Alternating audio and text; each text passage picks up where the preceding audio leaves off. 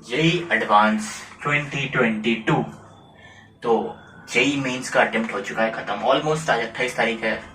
अभी से जस्ट एक महीने बाद 30 डेज आपका फ्यूचर आईआईटीज का सपना, टॉप 5 आईआईटी जो सब लोग सोचते हैं, बॉम्बे, दिल्ली, कानपुर, खड़गपुर, रुड़की एटसेट्रा, जो भी होता है ड्रीम हमारा, उसके लिए लोग 3 साल, 2 साल, 4 साल, नहीं पता कितने साल मेहनत करते हैं।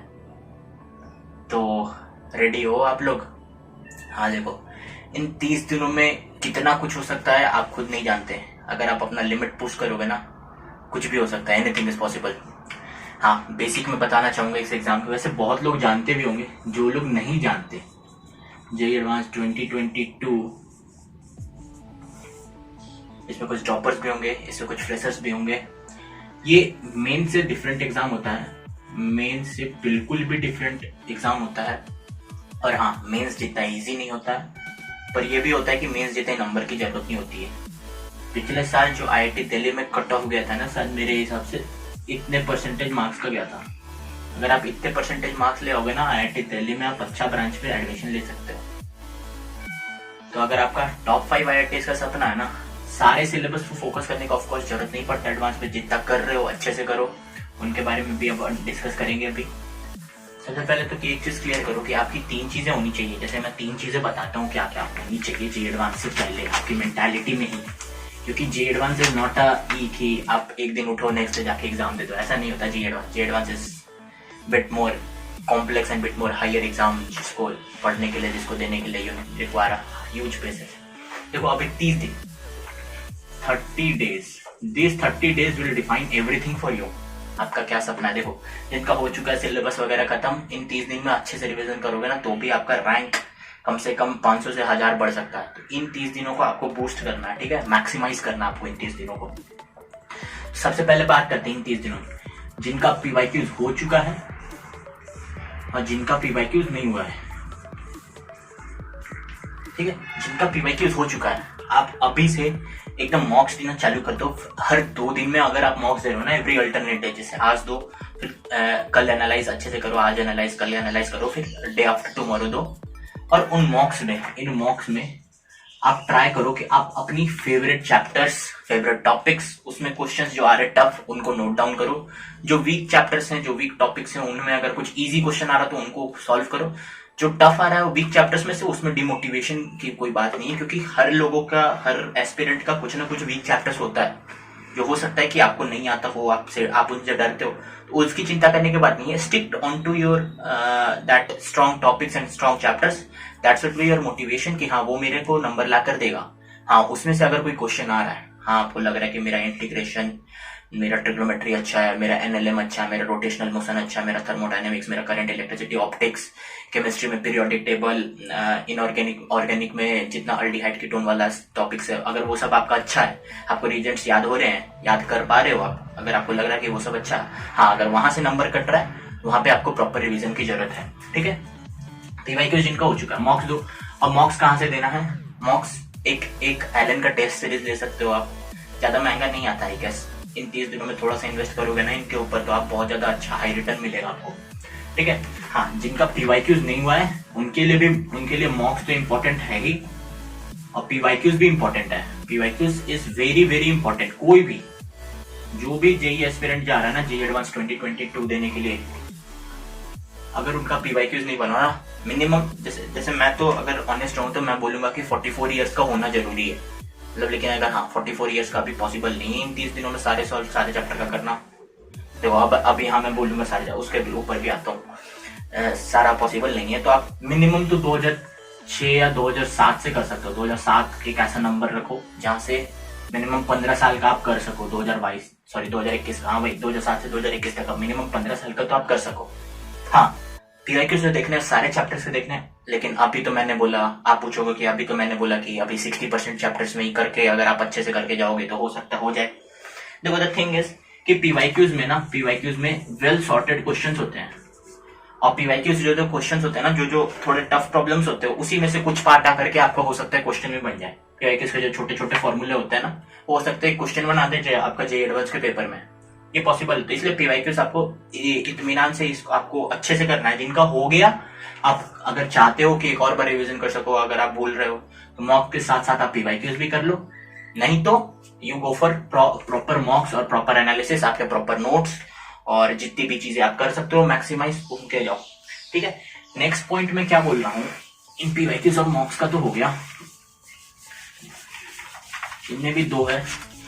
अब उसमें भी है, देखो जैसे कुछ लोग होंगे ना जो मेंस के नंबर से सेटिस्फाइड नहीं होंगे और कुछ लोग होंगे जो मेंस के नंबर से सेटिस्फाइड होंगे। ओके, तो मेंस में ना basically you require minimum 99.5 percentile कि आपको अगर बहुत अच्छे कॉलेज में लाइक NIT, त्रिची, वारंगल, इलाहाबाद ये सब वगैरह में अच्छे ब्रांचेस पे जाना है, मैकेनिकल, केमिकल या उससे ऊपर भी ECE या computer science, you require this much percentile minimum अच्छे NITs में। लेकिन हाँ, मेंस में ये हो गया अच्छे परसेंटाइल का।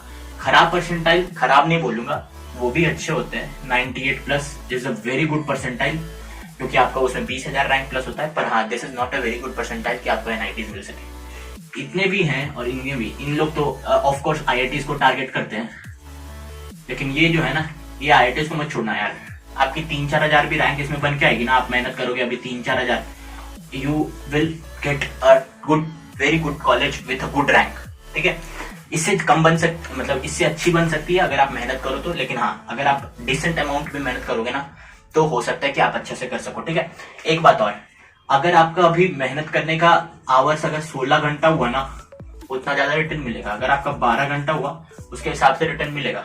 Return with a good direction equal to good IIT, सबसे सिंपल सी बात बोल रहे हैं। Number of hours invested with a good direction equal to good returns. तो आप अगर इतना आवर इन्वेस्ट कर पा रहे हो, अभी इतना हाई मोटिवेशन है कि मैं 2 JEE अटेम्प्ट्स के बाद अगर IIT को टारगेट करना चाहता हूँ, होना भी चाहिए, बिकॉज NITs, देखो हमेशा बोलता हूँ मैं, any IIT, any top 7 IIT is greater than any NITs in the world. मतलब वर्ल्ड क्या है, इंडिया में ही है वैसे तो, लेकिन एनी 7 टॉप 7, मतलब जनरली उसके नीचे के लोग बात नहीं करते हैं, लेकिन हाँ इन टॉप 7 IITs में इतना अच्छा कल्चर और इतना अच्छा स्टूडेंट का माहौल और इतना अच्छा कॉम्पिटिशन, इतना अच्छा इनकरेज बिहेवियर मिलता है ना आप लोगों की, ये सब तो ऑलवेज ग्रेटर देन होता है। ठीक है, तो वही है, इतनी सारी बातें बोली। हाँ, मैं क्या एक और चीज इसमें बोलना चाहूंगा कि हाँ, आपको इसमें से एवरी अल्टरनेट डे आपको 6 घंटे का मॉक्स देना पड़ेगा। इसकी आदत बैठानी पड़ेगी आपको कि आप 9 से 12, 3 से 6 आप टेस्ट दे सको, इतना आदत होना चाहिए। बिकॉज हमारे JEE मेंस में क्या होता है ना, JEE मेंस में आप 3 घंटा कभी भी बैठ जाते हो और इजी सा पेपर होता है। फर्स्ट ऑफ ऑल एक और बात बताता हूँ मैं, थोड़ा लंबा वीडियो हो जाएगा तो कोई दिक्कत नहीं है, बिकॉज ये सब आपके इन्वेस्टमेंट के लिए ही है। आप बेटर करोगे तो मेरे को भी अच्छा लगेगा। हाँ, तो देखो मैं क्या बोल रहा था, लाइक जब आप मेंस का दे रहे होते हैं ना मॉक्स, वो होता है 3 घंटे का with easy sets of question. या आपको लगता है कि केमिस्ट्री तो चिंदी सा है, फिजिक्स चिंदी सा है, मैथ्स थोड़ा सा टफ आ रहा है। जब आप एडवांस का दे रहे होते हो तो होता है 6 घंटे का, जो 3 घंटे फर्स्ट हाफ दे रहे होगे 9 से 12 में, दैट विल बी एग्जॉस्टिंग, वो एग्जॉस्टिंग होता है। उसके बाद आपको 1 या 1.5 घंटे का, 2 घंटे का जो भी ब्रेक मिलता है, फिर 3 घंटे का आपको बैठना है 3 से 6। इसमें कंसंट्रेशन करना इज नॉट वेरी इजी। वो आपका तभी होगा जब आप प्रैक्टिस करोगे और आपका बायोलॉजिकल क्लॉक उस पर क्लिक करेगा तो ही। ठीक है, तो आप मॉक्स लगाओ अभी, मॉक्स, PYQs, this will be very great, notes, फिर ये शेड्यूल, फिर जितना इन्वेस्टमेंट करोगे 16 घंटा 15 घंटा, उसके हिसाब से गुड डायरेक्शन, वो will give you good direction, will give you high returns. Plus और कुछ बोलूं मैं, कुछ चैप्टर्स होते हैं ना, कुछ चैप्टर्स होते हैं वो बहुत ज्यादा इंपॉर्टेंट होते हैं। वो मैं नेक्स्ट वीडियो में बताऊं या इसी वीडियो में? चलो इसी वीडियो में बनाता हूँ। मैं मैथ्स के लिए बताऊंगा स्पेशली, फिजिक्स के लिए क्या कैसे बताऊं। फिजिक्स केमिस्ट्री में, लाइक केमिस्ट्री में तो inorganic is very very very important, क्योंकि इनऑर्गेनिक से, क्योंकि फिजिकल से कभी कभी होता है कि वो मिक्सचर ऑफ कॉन्सेप्ट देते हैं तो शायद ना बने, लेकिन इनऑर्गेनिक और ऑर्गेनिक में भी कभी कभी तिकड़म लगा सकते हैं। लेकिन ऑर्गेनिक और इनऑर्गेनिक पे आप भरोसा कीजिए, मैक्सिमाइज भरोसा कीजिए, आपको नंबर मिलेगा इनऑर्गेनिक और ऑर्गेनिक से। फिर फिजिक्स में समटाइम्स करंट इलेक्ट्रिसिटी, फिर that magnetics part, last part that modern physics, उसमें ज्यादा क्वेश्चंस नहीं आते, फिर भी ये इजी होते हैं। रोटेशनल, COM, ये सब टॉपिक्स, फ्लूइड्स के भी SHM फ्लूइड्स, मतलब ऑलमोस्ट सारे चैप्टर्स इंपॉर्टेंट होते हैं, पर ये सब चैप्टर्स है ना, ऐसे ऐसे क्वेश्चंस आते हैं, अगर आप अच्छे से करो तो शायद बन जाए। रोटेशन तो कभी कभी हो सकता है टफ। देखो टफ क्वेश्चंस आए, उससे डिमोटिवेशन हो, क्वेश्चंस नहीं बन रहे, that is part and parcel, because advance is tough exam. ठीक है, आपको जो क्वेश्चन कर रहे हो सही करो, तुक्का मारने की कोई जरूरत नहीं है। हम मल्टीपल करेक्ट में आपको ये करना पड़ेगा, इंटीजर टाइप आपको सॉल्व करना पड़ेगा। फिर जिनका पीवाईक्यूज हो चुका है, आप ट्राई करो कि कोई एक्स्ट्रा बुक लगा लूं। अब कौन से बुक, जिनका पीवाईक्यूज हो चुका है उनका कौन से बुक, मैंने लास्ट डेज में ये लगाया था, फिजिक्स गैलेक्सी की एडवांस इलस्ट्रेशन बुक, फिजिक्स में, हाँ फिजिक्स गैलेक्सी की एडवांस इलस्ट्रेशन। मेरे को लगा था कि मेरा फिजिक्स में कॉन्सेप्ट्स कमजोर है, तो मैंने लगाया इसे। मैथ्स में मैं डैम कॉन्फिडेंट था, तो मैं केवल मॉक्स और पीवाईक्यूज करता था। पीवाईक्यूज दोबारा कर रहा था मैं मैथ्स के। केमिस्ट्री में बहुत ज्यादा कॉन्फिडेंट नहीं था, तो मैं एनसीईआरटी और नोट्स कर रहा था। ये सब करो आप। हाँ, फिजिक्स में इतना हो गया। मैथ्स की मैं बताता हूँ। मैथ्स में शायद मैं कराऊंगा भी, चिंता नहीं है, वो 1 अगस्त से अगर शुरू होगा तो।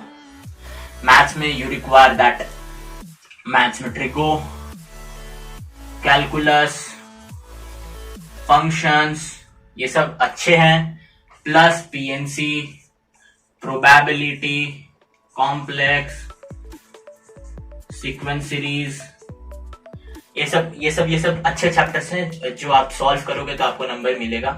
थोड़े टफ हो सकते हैं कैलकुलस वगैरह, मैथ्स में तो टफ आते हैं प्रॉब्लम्स, पर हाँ ये सब इंपॉर्टेंट जो हाई वेटेज वाले चैप्टर्स होते हैं ना, ये सब वो हैं।